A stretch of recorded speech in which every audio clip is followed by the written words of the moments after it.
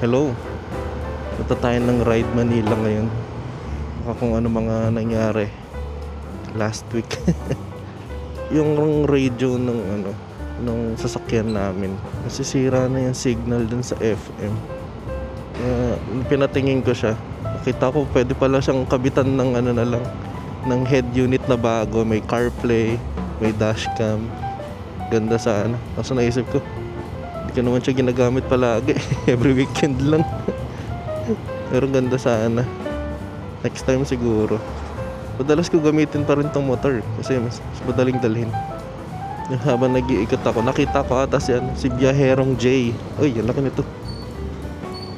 Hindi ko pala siya. Nakita ko si Biyaherong J. Yung malapit din sa amin. Siya lang naman yan siguro naka-XADV na bago. Nakakotse ako nun eh. Hindi ko siya natawag eh. Hello.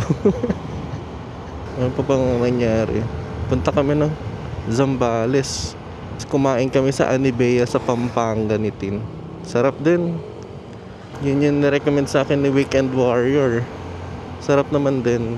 Karinderya pala talaga siya. Tapos nag-beach kami ni Tin overnight sa Calinto, sa Botolan, Zambales. First time lang namin mag-Zambales. Kaming dalawa lang. Kasi tinata first time lang mag-Zambales eh. Kotse na lang kami pupunta doon. Tapos dumaan kami ng Liwliwa pa uwi. Daming tao doon sa Botolan, ng konti lang ng tao, ang peaceful eh. So bumisita kami dumaan kami ng Liwliwa. Trinay namin yung Kakakoko. Daming tao. Ang busy dun sa beach, ang daming activities. Isa pa sa bucket list ko yung makapag jet ski. Tapos ng Friday, bumalik ako ng School Forza. Pinatanggal ko na yung MDL sa baba dun sa fork. Kasi hindi ka naman nagagamit masyado. Tsaka para clean look. Tapos pinalipat ko rin ng pwesto yung dashcam, yung camera. Nakatago na siya yung nasa harap. Nakatago na siya dun sa may horn. Yung sa likod nilipat sa may bandang baba para hindi na nakalabas. Maganda tignan. Nagpakabit ako ng Malossi na center spring at clutch spring. Ngayon ko pa lang siya matatry ng malayo. Yung malayo ay Makati. Mas siya, matagal kumagat sa arangkada. Mataas muna yung RPM bago kumagat yung clutch. Ayan, so combination na siya ng magaan na bola tapos matigas na clutch spring. Yung kulay yellow yung kinabit eh, so 1.5k RPM. Nanood ako kagabi kung anong effect nun, pero tama nga, pinapataas niya muna yung RPM bago siya kumagat sa clutch. Medyo nakakapanibago kasi ang ingay ng makina. Lalo kung mga stop and go traffic lang na ganito, ang taas ng RPM agad. Sure ako lakas sa gas na ito. Tingnan mo, 76 pa lang ako, 2 bars na kagad yung nabawas. Pero gusto ko i-try yan ng long ride. Hindi ko alam kung aabot to ng Ilocos Sur. Doon sa pinapagasan ko na Petron. Try natin later this year.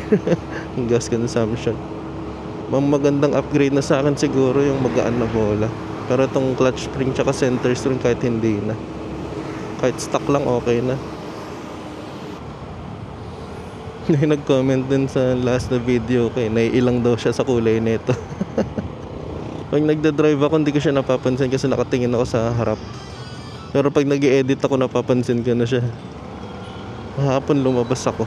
Bumili ako nung spray paint. Subukan natin siguro pag uwi. Wala ko nakita na gloss black. So try ko muna yung flat black. Tatry ko sa ibang parts. Baka dun sa fork cover. Yung record ko dito, yung all stock pa. Pinakamataas ko ata 39 plus 39 km per liter. Nang nagtagaytay naman ako, naka bola 36 ata. Kung konti lang naman, kanyari mga 33, 34, siguro iwan ko na yung clutch. Gamitin muna natin. Sayang eh. Gamitin na rin natin. Malossi na yellow. Ayun, pupuntahan natin sa Ride Manila. Titingin ako ng Cardo. May nalaglag yung parcel ng ano sa isang delivery. Sana hindi babasagin yun. Tingin ako ng card. Mahal kasi ng Edge. Tapos meron Neo. Pero parang same lang din yung price eh. Konti na lang i-add mo, naka-Edge ka na. I-ready ko lang kasi gusto ko sumama sa mga ride sa Vespa Club Marikina. Sama ako next time. Yung riding style ko pa naman, yung ganito lang, chill lang, 60, 40, 60. Tapos cruising ng 80. Ito, parang ready ako lagi mag-overtake eh. Taas yung RPM pag cruising. Oh. Galit eh. Pero okay na sa akin yung ganito. Konti lang din yung difference ng Paktok Edge tsaka Paktok Neo. Yung Paktok Special naman, mas mura pa ulit. Pero tignan ko pa. After natin sa Ride Manila, punta naman ako ng Mega Mall. Titingin ako ng sapatos pang hike. Ang chine-check ko, Salomon or yung Merrell. Nagtry na ako ng Salomon, masikip sa akin eh, wide foot kasi ako. Yung Merrell medyo maluwag pa sa toes. Tapos meron talaga silang mga wide. Nag-try tayo, nagsuot ako ng makapal na socks. Ayan, lakas oh. Tapos ganitong cruising lang. Napansin ko rin pala dito, mabilis nang bumitaw yung engine brake. Dati, nung stock parang mga 20 kilometers per hour, saka lang siya bibitaw. Ito mga 25. Liit lang pero, napapansin ko siya lalo kapag mga pababa. Mabilis niyang bumitaw eh. Feel like traffic sa EDSA. Pero sana hindi. EDSA traffic nga. Pero umuusad naman. Hey, Navi. Magkakaroon din daw ng ride Vespa Club Marikina papunta kay Wangod. Buskalan yun, diba? Gusto ko rin sumama dun para sana kaya ng schedule ko. Gamit ko ngayon yung Freedcon FX Pro o FX lang, hindi ko maalala. Pero yun nga, baka i-upgrade ka na ng cardo para same dun sa makakasama natin sa Vespa Club Marikina. Mantek na ako bumili ng Cardo Spirit. Sayang naman kung yun ang bibiling ko, dalawa lang yung pwede makakonect. Ito at least yung Edge 15 ng kaya. Bahimala, luwag na dito. Na-try ko na i-connect ang Freedcon ko sa mga naka-cardo eh. Pero kapag malayo na, nagsa-static siya. Ay, delikado to. Naka-elevate pataas. May panood ako, nag-change lane siya sa ganyan eh. Hindi niya na-i-angle lang maganda sa may implang. Ito ba yung inayos ng Christmas? Yung Christmas season. Hindi natapos. Ito yung ayokong daan eh. Yan yung nililiko niya yung gulong. Baka huminto muna ako sa Shell. Search ko muna saan banda yung Ride Manila.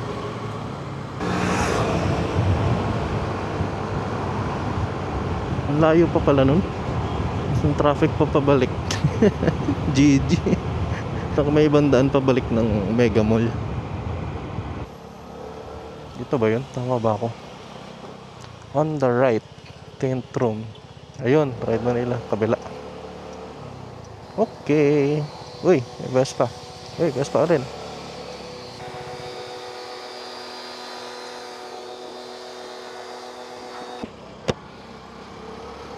Okay na. Wait, Sacred Heart. Ito ay masikip. Masikip. Wala na silang sale. Hintayin na lang ako sa Feb. Sayang eh. Kung pa naman siya kailangan, nakapaghintay pa. Kasi lalagay ko na lang tong Freedcon dun sa luma kong helmet. Punta na ako ng Mega Mall. Tapos magla-lunch na lang din ako dun. Hindi ko pa naman kabisado dito. Kung saan ako liliko-liko. Grabe usok nito, tsaka yung nasa harap. Dalawang tambucho pa, left and right. Usok. Nabawasan na ako ulit ng isang bar. Naka 99 kilometers pa lang. Maluwag ba? Uy, medyo maluwag.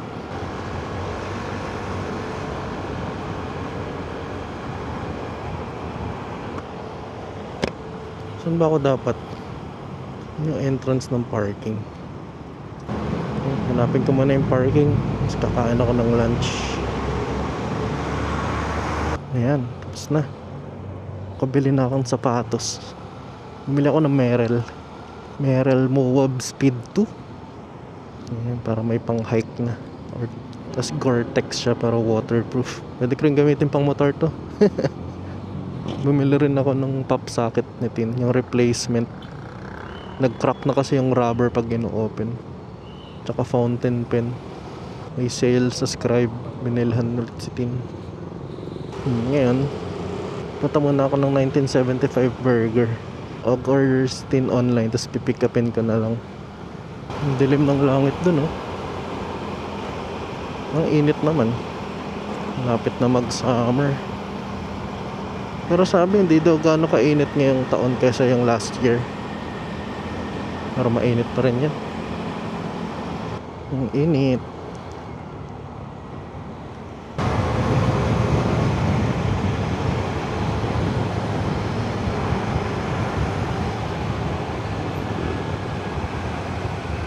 Oh. Oops, lubak. Hindi naman mabilis dito. Ang daming surprise lubak. Nakita nyo ba yung aksidente dito? Parang hindi kasi tumingin yung nakamotor sa side mirror. Pero yung sasakyan naman, dire-diretso, hindi huminto. So yun sa natutunan ko sa tatay ko eh. Kapag nagda-drive ng sasakyan, kapag liliko, tingin muna sa side mirror. Yun, syempre na-apply ko rin dito sa pagmamotor. Hindi sabay na liko at side mirror. Dapat side mirror muna. Tingin muna kung clear bago lumiko.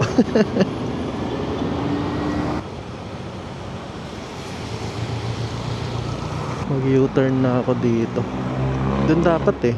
Kaso, ang layo ng U-turn pag dumiretso ako. Doon tao. Naglilinis sila. Kaya kapag nag-edit din ako, nahihilo ko eh. Kasi madalas, tumitingin ako sa harap, tingin sa side mirror, tingin sa harap, tingin sa side mirror. Yun yung ginagawa ko, liliko muna ako saka ako magsasalita. Para straight lang yung tingin. Ayan, dito na ako sa may 1975 burgers. Kunin ko lang yung order ko. Ang daming motor. Saan pwede mag-park? Tabi ng KTM. Ayun, sakto.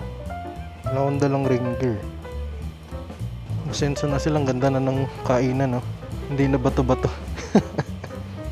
Uwian na. Nagtanong na ako dati kung magkano yung 12S. Parang dati nasa 4-5 lang yun. Ayan, 6-2 na. Last year, nagbibenta sa akin na nanonood din eh. Benta daw niya yung 12S niya sa akin. Kunin ko kaya yun. Kasi baka di ka naman magustuhan. Baka bumili ako ng Malosi. Di ka naman pala magustuhan. Pero ipon mo na ulit. Ayun lang. Ang sabi sa akin, meron daw parang meet and greet ng mga bagong members sa ano eh, ng Best Pop Club Marikina sa Saturday. Tutugtog din ako ngayong weekend eh. Hindi ko alam kung magmamotor pa ako kasi dadaling ko ulit yung keyboard. Na hindi rin ako makakapag long ride. Tignan natin sa susunod. I-end ko na yung video dito. Yung bagal namin. Uy, 350Z o 370. Ganda oh. Salamat sa panonood. Next time ulit. Bye bye. Uy, plate number niya NFG, Newfound Glory. Kapag nag-long ride ulit ako, test ulit natin yung fuel consumption. Shoutout pala kay Bike Tayo. Papa-shoutout siya sa akin. Puro bike vlogs naman siya. Sipag. Nawala na yung sipag ko sa pagbabike. Salamat sa panonood tsaka sa pag-subscribe.